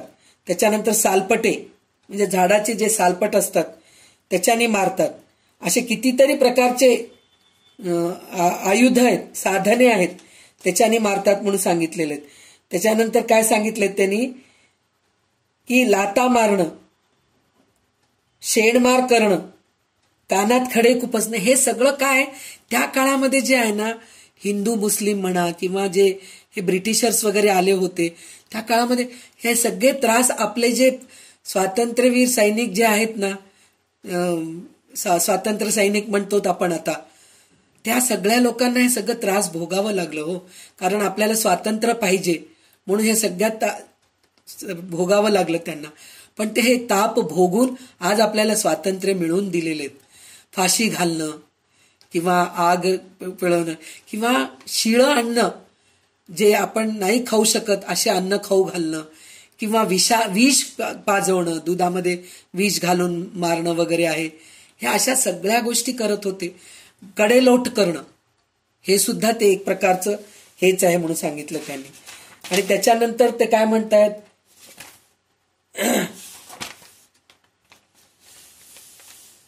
2 हात मागे खेचून बांधून टाकणं, बेड्या घालणं, मग नंतर मोरीचे पाणी हे सगळं अंगावर घालणं, नाकात घालणं, हे सगळं वीर सावरकरांना किती त्रास झालेला हे आपण बघितलेलं आहोत. त्यांचं पुस्तक वाचल्यानंतर आपल्याला कळतं. काही नाही, पुस्तक जरी नाही वाचलं ना, सिनेमा आला होता वीर सावरकर म्हणून, ते बघितल्यानंतर सुद्धा आपल्याला कळालेलं आहे की ते किती त्रास भोगलेले आहेत. शिवाजी राजांच्या काळामध्ये कसं करत होते, कान, नाक, हात, पाय, जीभ, ओठ तोडून टाकत होते हो, आणि नखांमध्ये असे सुया टोचत होते.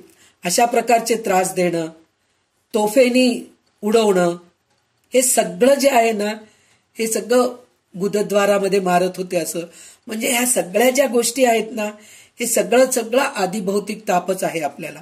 म्हणजे इतकं ताप आहे हे आपल्याला कळालं. मी प्रत्येक वेळेस हे गोष्ट का सांगतेय, हे ताप आपल्याला कळतायत, पण पुनर्जन्म घेतलो तर हे सगळे जरी ताप आपल्याला अनुभवाला आले नसतील, पण ह्याच्यातले 50% तर ताप येणारच आहेत आपल्याला.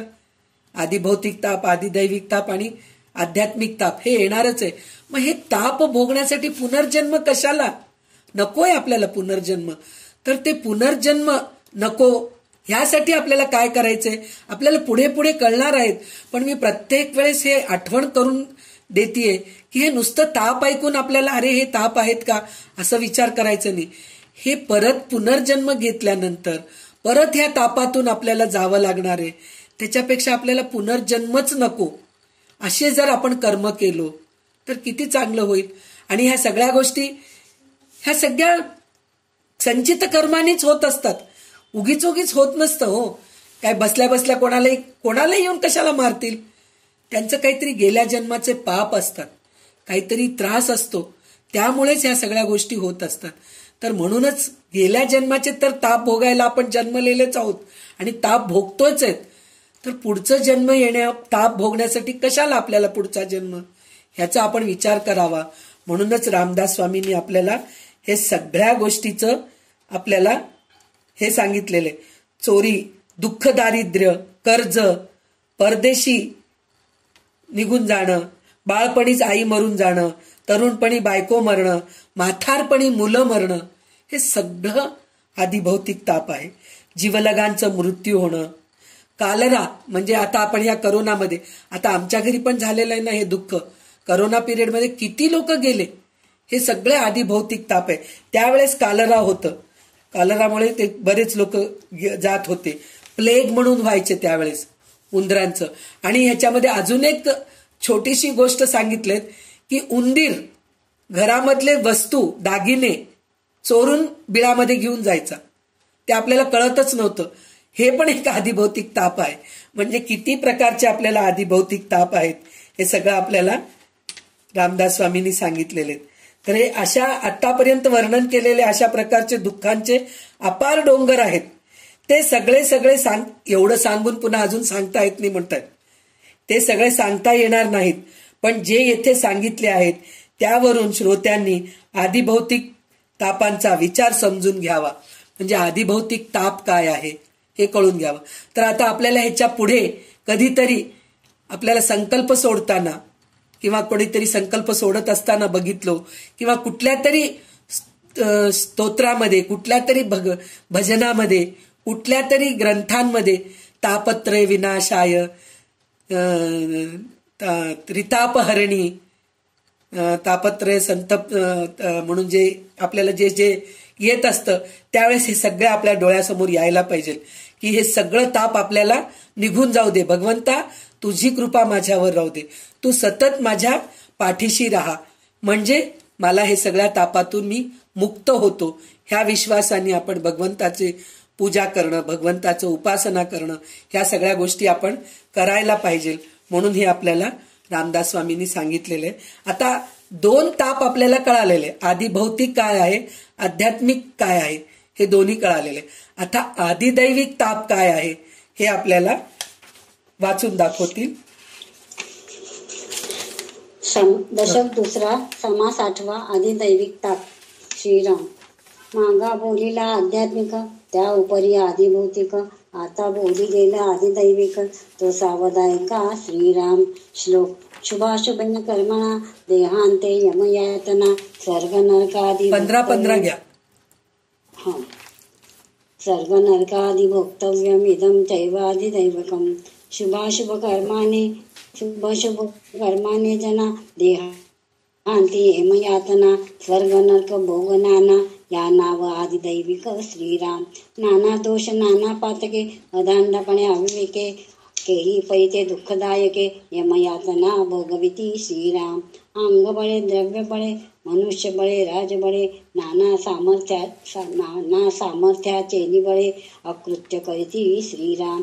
नीती सांडूनिया तत्वता करू नये तेची करिता यमयातना भोगिता जीवदाये श्रीराम. डोळे झाकून स्वार्थबुद्धी नाना अभिलाष कुबुद्धी मृत्यू सीमा सांधी द्रव्यदारा पदार्थ श्रीराम. मातलेपण उन्मत्त जीवघात कुटुंबघात अप्रमाण क्रिया करीत म्हणून यमयातना श्रीराम. मर्यादा सांडूनी चालिती ग्रामादंडी ग्रामाधिपती देशादंडी देशाधिपती नीती न्याय सांडिता श्रीराम. देशाधिपतीस दंडितो रावो, रायास दंडितो देवो. राजान कैदा नीती न्यावो, म्हणून नियम यातना श्रीराम. अनितीने स्वार्थ पाहे, राजा पापी होऊन राहे. राज्यांती नरक आहे, म्हणून निया श्रीराम. राजा सांडिता राजनीती, तयासे मग गांजिती. यमनीती सांडिता धावती, देवगण श्रीराम. ऐशी मर्यादा लाविले देवे, म्हणून नीतीने वर्तावे. नीती न्याय सांडिता भोगावे, यमयातनेसी श्रीराम. देवे प्रेरिरे येम, म्हणून आदि दैविक नाम. तृतीय ताप दुर्गम, यमयातनेचा श्रीराम. यमदंड यमयातना, शास्त्री बोलिले प्रकार नाना. तो भोग कदापि चुकेना, या नाव आदिदैविक श्रीराम. यमयातनेचा खेद, शास्त्री बोलिले विशद. चेरेरी घालून अप्रमाद, नाना प्रकारे श्रीराम. तर आता याच्यात आधी दैविक ताप हे जे सांगितलेलं आहे ते काय आहे आता आपल्याला कळणार आहे. तर ह्याच्या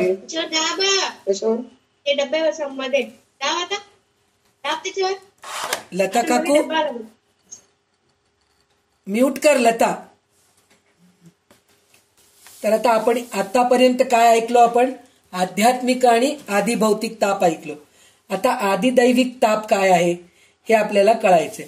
तर ह्याच्यामध्ये काय सांगितलेलं आहे, माणसांचं चांगल्या वाईट कर्मांनी जे मरण यमयातना होतं आणि स्वर्ग नरक असे भोग भोगावं लागतं, ते सगळे आदिदैविक ताप आहे असं म्हणून सांगतात. तर माणूस काय होतो, मदांध होऊन अविचारी बनतो. अनेक दोष पातके लागतात त्याच्यामुळे त्याला यमयातना भोगावं लागतं. ते सुद्धा आदिदैविक, म्हणजे चुक्या करतो, त्याला कळत नाही आपण चुक्या करतोय म्हणून. कोणाचा पैसाच लुबाडतो तो, मग त्याचे भोग भोगावं लागतं आपल्याला. लुबाडतो म्हणजे प्रत्यक्षात जाऊन त्याला मारहाण करून लुबाडणं नाही, हे रिश्वत घेणं म्हणून जे म्हणतो की नाही आपण, हे सुद्धा एक प्रकारचं लूटमार करणंच आहे. हे चुकीचं आहे. आपण म्हणतो, आपण अजून एक गोष्ट त्याच्यामध्ये असं असतं, कोणीतरी आपल्याला कोथिंबीर आणायला सांगतं, ताई तुम्ही जातच आहेत ना, माझ्यासाठी एक गड्डी कोथिंबीरची एक गड्डी घेऊन या, पालकची एक गड्डी घेऊन या, किंवा 1 किलो टमाटर घेऊन या, असं म्हणून सांगतात. कोणीतरी आपल्याला मदत करायला सांगतात. तर तिथं टमाटर 25 रुपये किलो आहे समजा. तर काय आपण जाण्या येण्याचा खर्च घेऊन टाकू, काय उलालंय, 5 रुपये जास्त घेऊयात, 25 रुपयाच्या ऐवजी 30 रुपये सांगूयात. आणि कोणीतरी बाहेर गावी गेलं तर मला एक साडी घेऊन या हो ताई तुम्ही, म्हणून जर म्हणले समजा, तर येताना ती साडी 900 रुपयाची असते, त्याच्यावरचं लेबल काढून टाकायचं आणि 1000 रुपयाची म्हणून साडी सांगायचं. हे पण एक प्रकारचं लूटमारच आहे. हे आपण बिझनेस करत नाहीयेत, तर एक प्रकारचं लूटमारच आहे. तर हे करणं सुद्धा एक प्रकारचं चुकी आहे असं म्हणून सांगता येते.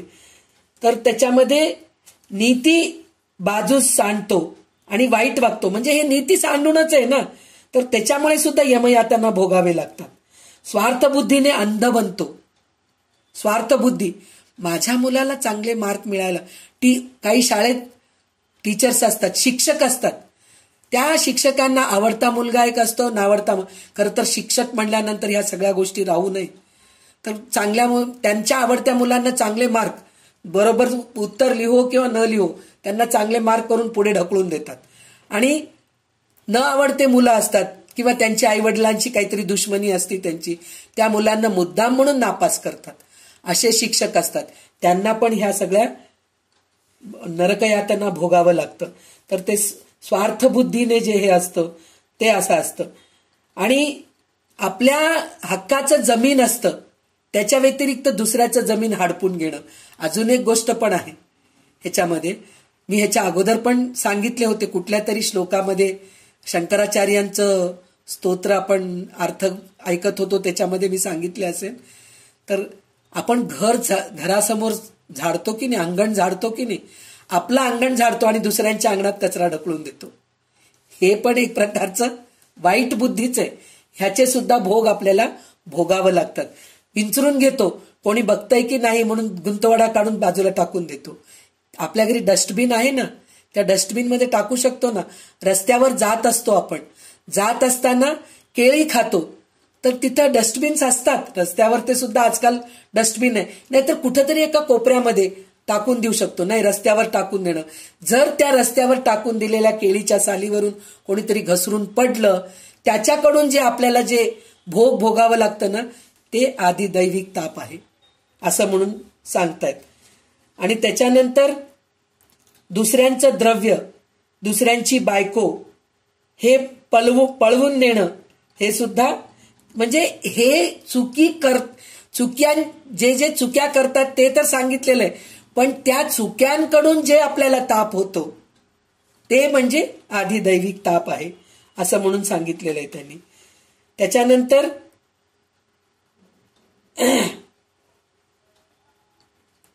जे अनितीने राज्य साधतो म्हणजे राजा असतो, स्वतःचा स्वार्थ.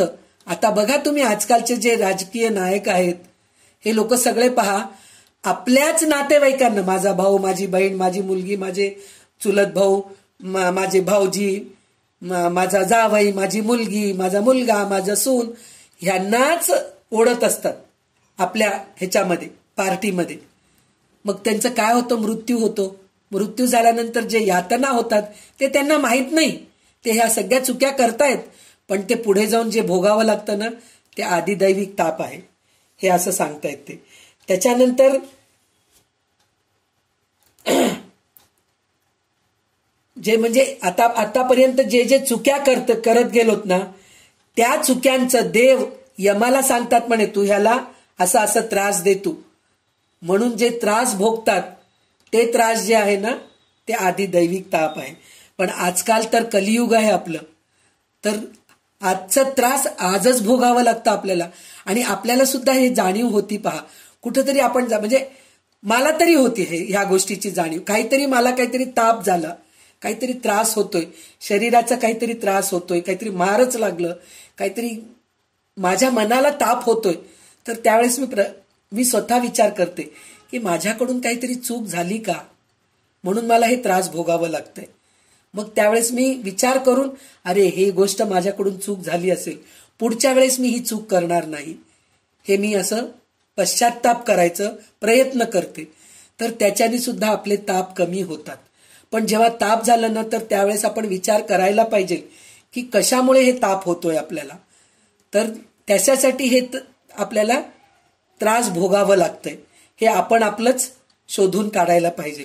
म्हणून ह्याला आधिदैविक ताप म्हणतात. तर आता ह्याच्या पुढचे जे आहेत ना, ते पूर्ण विमलताई वाचून दाखवते.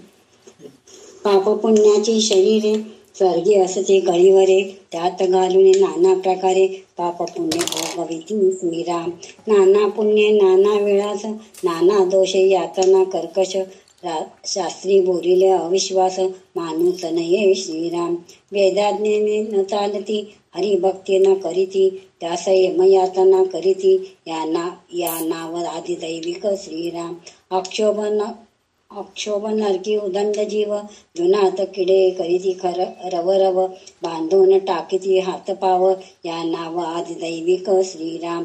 उदंड पैसे लहान मुख, कुंभाकार कुंड एक, दुर्गंधी उकाळा कुंभ पाक, या नाव आदिदैविक श्रीराम. तप्त भूमिका ताविती, जळत संभव पोटाळविती, नाना सांडस लाविती, या नाव आदिदैविक श्रीराम. यमदंडाचे उदंड मार, यातनेची सामग्री अपार, भोगभोगिती पापी नर, या नाव आदिदैविक श्रीराम. पृथ्वीमध्ये मार नाना, त्याहून कठीण यमयातना, मारिता औसंतची असेना, या नाव आदिदैविक श्रीराम. चौघे चौकडी वेढती, एक ते धडकून पाडिती, ताणीती मारती ओढून नेती, या नाव आदिदैविक श्रीराम. उठवेना बैसवेना, रडवेना पडवेना, यातनेवरी यातना, या नाव आदिदैविक श्रीराम. आक्रंदे रडे आणि फुंजे, धकाधकीने निर्भुजे, झुरझर पंजर होऊन जिजे, या नाव आदिदैविक श्रीराम. कर्कश वचने कर्कश मार, यातनेचे नाना प्रकार, त्रास पावती दोषी नर, या नाव आदिदैविक श्रीराम. मागा बोलीला राजदंड, त्याहून यमदंड उदंड, तेथील यातना प्रचंड, भीमरूप दारुण श्रीराम. आध्यात्मिक आदिभौतिक त्याहुनी विशेष आदिदैविक अल्पसंख्येते काही एक कळावया बोलिले श्रीराम. इति श्रीदासबोधे गुरु शिष्य संवादे आदिदैविक ताप नाम समास 8वा संपन्न. तर आदिभौतिक आदिदैविक जे ताप आहेत ना, हे आपल्याला ऐकायचंच आहे. काय ताप असतात तर गरुड पुराण ऐकायचं. गरुड पुराणामध्ये हे सगळं दिलेलं आहे. म्हणजे काय काय आपण जे करतो त्याच्यामध्ये एक दोन गोष्टीचं माझ्या लक्षात असलेलं म्हणून म्हणलं तर, जे गरुड पुराणामध्ये सांगितलेलं आहे, जे म्हणे माणसाचं गेल्या जन्मी डोकं उडवलेले असतात म्हणजे काही कारणाने, तर त्यांना काय त्रास होतो ह्या जन्मामध्ये. म्हणजे जे हातपाय म्हणजे आमच्या जाऊबाईंचं हे जे आहे ना, काय म्हणतात त्रास, त्यांना ते हातपाय कापत असतात, थरथर थरथर कापत असतात. त्याला काय म्हणतात आता आठवण येत नाहीये. तर ते पार्किन्सन, पार्किन्सन, हे पार्किन्सन जे आजारपण जे आहे ना, तर ते ताप जे आहे ना, गेल्या जन्मी कोणाचं तरी शिरच्छेद केलेला आहे, तर त्याच्यामुळे हे ताप भोगावं लागतं म्हणे. तर आज आपण जे ताप भोगत असतो, मधुमेह हे आपलं डायबिटीस जे ताप आहे, तर आपल्या मोठ्यांना म्हणजे जे म्हातारे झालेले असतात त्यांना व्यवस्थित खायला प्यायला नाही दिलं, तुच्छतेने वागवलं, तर हे मधुमेह आजारपण येतं म्हणे. असे कितीतरी गरुड पुराणांमध्ये लिहिलेलं आहे. ते आपल्याला ऐकू लागलं ना तर आपल्याला वाटतं नको रे बाबा, माणूस जन्मच नको, आपण असे काही कर्मच करणं नको की त्यामुळे पुन्हा जन्म येईल आपल्याला आणि आपल्याला हे सगळं यातना. हे तर जन्म जिवंत असतानाचे त्रास आहेत, पण मेल्यानंतरचे जे ताप आहेत ना, ते पूर्ण गरुड पुराणांमध्ये लिहिलेले. तर ते गरुड पुराणामधले थोडे थोडे गोष्टी याच्यामध्ये त्यांनी सांगितलेले आहेत. त्यात काय सांगितलंय, असं कुंभपाक म्हणून असतं, म्हणजे मोठं माठ असतं पण त्याचं तोंड लहान असतं, त्याच्यामध्ये त्याला घालतात म्हणे. त्याच्यातून तो बाहेर निघू शकत नाही, दुर्गंधी असते, गरम होऊन जाऊन तो माणूस त्याच्यामध्ये तडफडत असतो. ते एक त्रास आहे. नरक यातनामध्ये ते एक आहे. ते कशामुळे होतं, वेदाज्ञा पाळली नाही, देवाची भक्ती केली नाही, त्याला नरक यातना भोगावं लागतं म्हणून सांगितलेलं आहे. आणि काय सांगितलेलं आहे त्यांनी, अंगावर ते किडे वळवळ वळवळ करतात म्हणे, सोडून देतात किडे सोडून देतात, तळतात म्हणे तेलामध्ये आपल्याला, ते पण एक प्रकारचं ताप आहे. आणि गरम लाकूड, जळत असलेलं लाकूड आपल्या अंगावरून फिरत नेतात, हे पण एक प्रकारचं ताप आहे म्हणून सांगितलेलं आहे. आणि त्याच्यानंतर त्यांनी काय सांगितलेलं आहे, उठवत नाही बसवत नाही असं आपल्याला करून टाकतात, चार बाजूनी आपल्याला खेचत राहतात, एक हात एक पाय असं दोन्ही बाजूनी असं ओढून ओढून आपल्याला त्रास देतात. म्हणजे हे सगळं यमयातनाच आहे पूर्ण. हे मेल्यानंतर या सगळ्या गोष्टी आपल्याला हे करतात. आणि काही लोकांना असं असं हलवून हलवून हलवून हलवून ढकलून देतात, ते पण एक नरक यातनाच आहे. म्हणजे हे सगळं नरकामध्येच हे करून टाकतात. तर नरकामध्ये अशा गोष्टीचे त्रास आहेत म्हणून सांगितलेलं आहे. आणि मागच्या समासात राजा ज्या शिक्षा देतो त्या सांगितल्या, पण यमाच्या शिक्षा त्याहूनही पुष्कळ आहेत.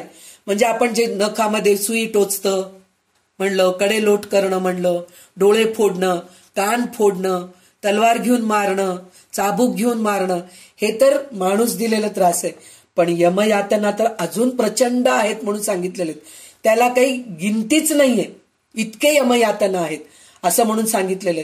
त्याच्यानंतर काय सांगितले त्यांनी, की हे नरकयातना नुसतं साधं सुद्धा नाहीये, अक्राळ विक्राळ भीमरूप आहे म्हणून सांगितलं. म्हणजे इतकं बलाढ्य आहे यमयातना, ते आपण विचारच करू शकत नाही.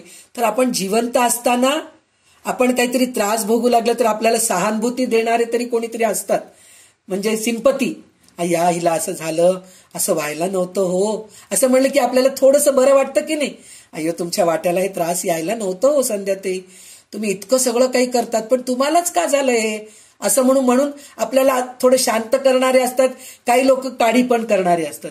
पण नरकामध्ये गेल्यानंतर आपल्याला सांत्वना देणारे पण कोणी नसतात. तिथं त्रास भोगावंच लागतं आपल्याला.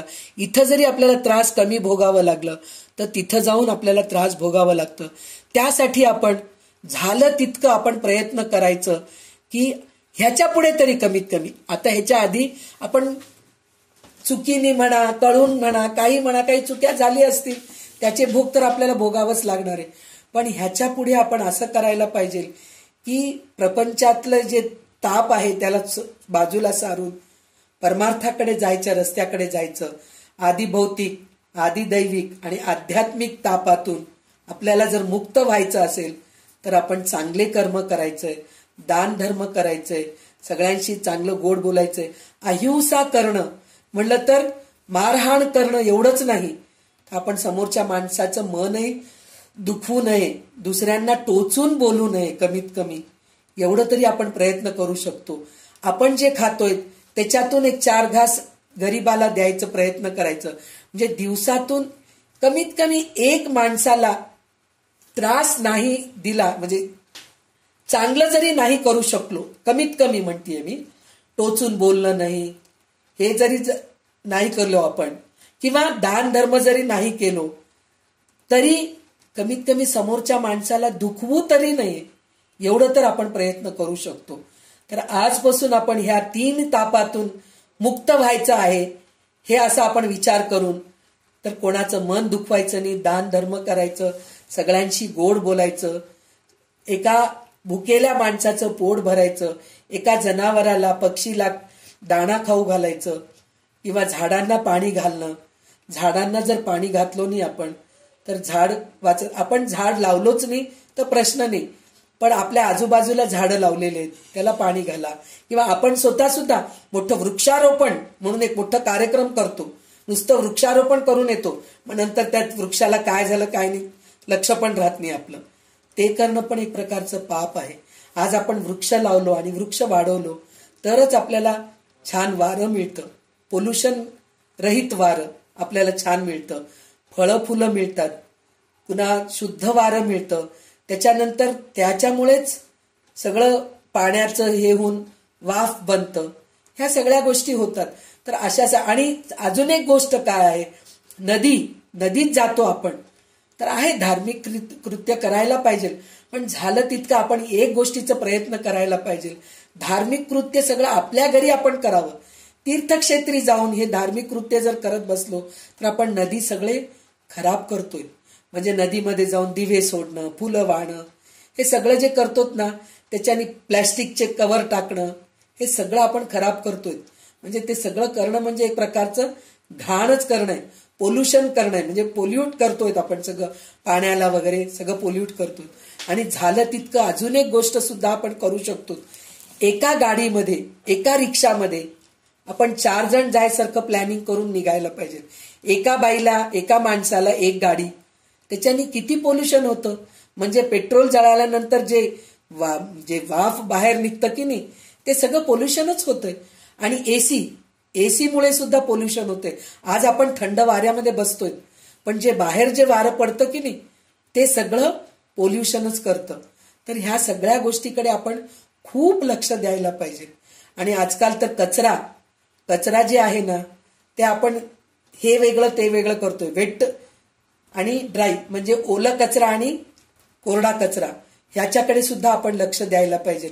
म्हणजे हे सगळं खरं तर ह्या पुस्तकामध्ये, हे सगळं या ग्रंथामध्ये काही ह्या सगळ्या गोष्टी लिहिलेल्या नाहीयेत, पण ह्या गोष्टी सगळं आपण आजकालच्या प्रमाणे आपण सावधान राहायला पाहिजे की कोणत्या गोष्टीमुळे त्रास होणार नाही. जर अशा गोष्टीकडे जर आपण सावधान रीतीने राहिलो तर खरोखरच आपण ह्या तापातून मुक्त होतो. आपल्याला अशा गोष्टीचे ताप होणार नाहीत. आधी दैविक, आधी भौतिक, आध्यात्मिक ताप आपल्याला होणार नाहीत. तर विचार करा तुम्ही, पोल्युशनमुळेच होतं ना. तुम्ही बघा, एक विचार करा, बाहेर जाऊन आलं की आपण किती एकदम अशक्त होऊन जातो. आज बाहेर जाऊन आलो बाबा, आज काही काम करावं वाटत नाहीये, झोपून जावं वाटते, काय स्वयंपाक पण करावं वाटत नाहीये, असं आपण जे विचार करतो ना, त्याचं कारण काय? बाहेरचं पोल्युशनच आहे. बाकीचं काही नाही. थकायचं कारणच काय? आपण रिक्षाने जातो तर रिक्षाने येतो. कोणाच्या घराला कुठे काही कार्यक्रमाला जायचे तिथपर्यंत आपल्याला रिक्षा. आजकाल ओला उबर ऑटो मिळायला लागलेत, ओला उबर कॅब मिळायला लागलेत. चालावं लागतच नाही. जिथं थांबलं तिथं आपल्याला कॅब येतं.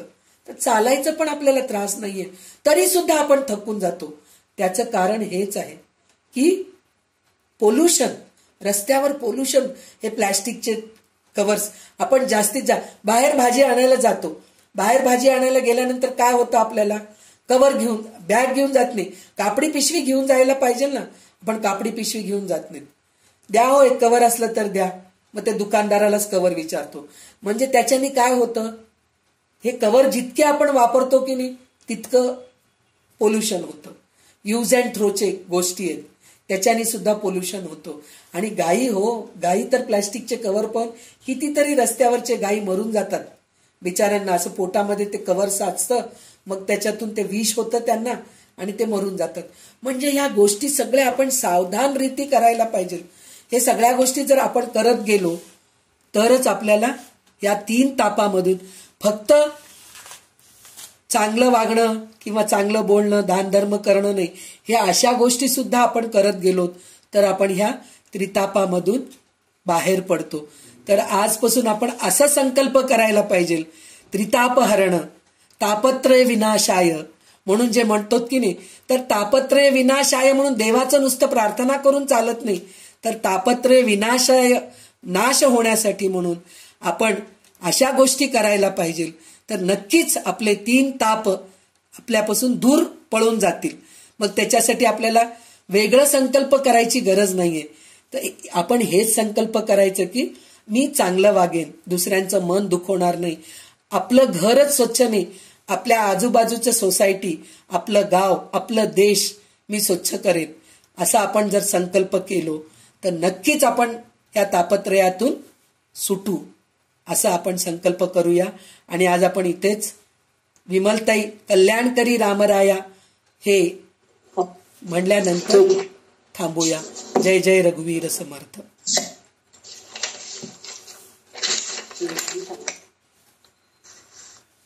कल्याण करी राम राया, राम राया कल्याण करी राम राया. जनहित विवरी, जनहित विवरी, जनहित विवरी. कल्याण करी राम राया, राम राया कल्याण करी राम राया. तळमळ तळमळ होतची आहे, होतची आहे. हे जन हाती धरी दयाळा, कल्याण करी राम राया, राम राया कल्याण करी राम राया. अपराधी जन चुकतची गेले, चुकतची गेले. तुझी सावरी दयाळा, कल्याण करी राम राया, राम राया कल्याण करी राम राया. कठीण त्यावरी कठीणची झाले, कठीणची झाले. आता न दिसे पुरी दयाळा, कल्याण करी राम राया, राम राया कल्याण करी राम राया. कोठे जावे काय करावे, काय करावे. आरंभिली बोहरी दयाळा, कल्याण करी राम राया, राम राया कल्याण करी राम राया. दास म्हणे आम्ही केले पावलो, केले पावलो. दयेसी नाही सरी दयाळा, कल्याण करी राम राया, राम राया कल्याण करी राम राया, कल्याण करी राम राया. कल्याण करी राया. जय जय रघुवीर समर्थ. सदा सर्वदा योग तुझा घडावा, तुझे कारणी देह माझा पडावा. उपेक्षू नको गुणवंता अनंता, रघुनायका मागणे हेची आता. जय जय रघुवीर समर्थ. श्री रघुवीर समर्थ. जय जय रघुवीर समर्थ.